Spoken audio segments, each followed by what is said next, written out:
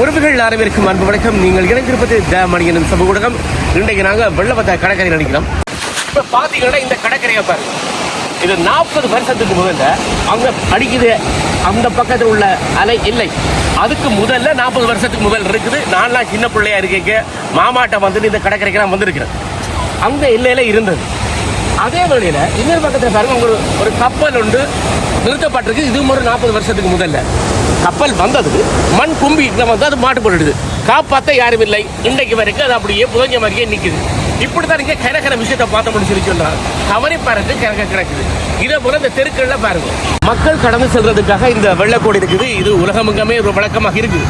ஆனா இந்த வெள்ளக்கோட்டில் யாராவது கடந்து செல்லும் என்றால் ஒரு வாகனம் நிற்காது.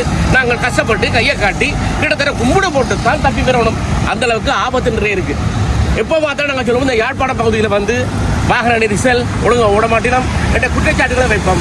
இங்கேயும் இந்த பிரச்சனை இருக்கு. அதுக்கு உதாரணம் இந்த திரும்பியை நாங்கள் பார்க்கலாம். இந்த கோட்டை ஞாபகம் வைத்துக் கொள்ளுங்கள். திரும்பி வருவோம்.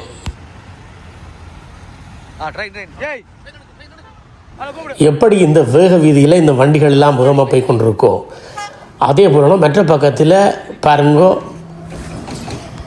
இது எங்களுக்கு தான் பயமாக இருக்குது. அங்கே உள்ள ஆட்களுக்கு இது சர்வசாதாரணமாக நடக்கிற விஷயம் மாதிரி போயிட்டுது. ஒரு திறன் கவனம் இல்லை. இந்த வேகமான ட்ரெயின் வரைக்க காதல் ஜோடிகள் தங்களை மறந்து போச்சாகிறதும் இருக்குது.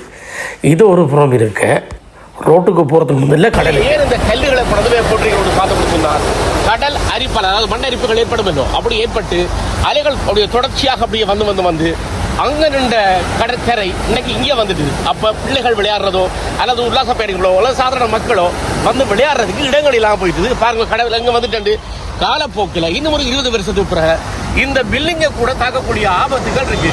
ஆகவே இங்கே என்ன செய்ய வேண்டும்? இதுக்கான பாதுகாப்பு முறைகளை செய்ய வேண்டும். தனியாக கல்லை மட்டும் அடிக்க காணுமா?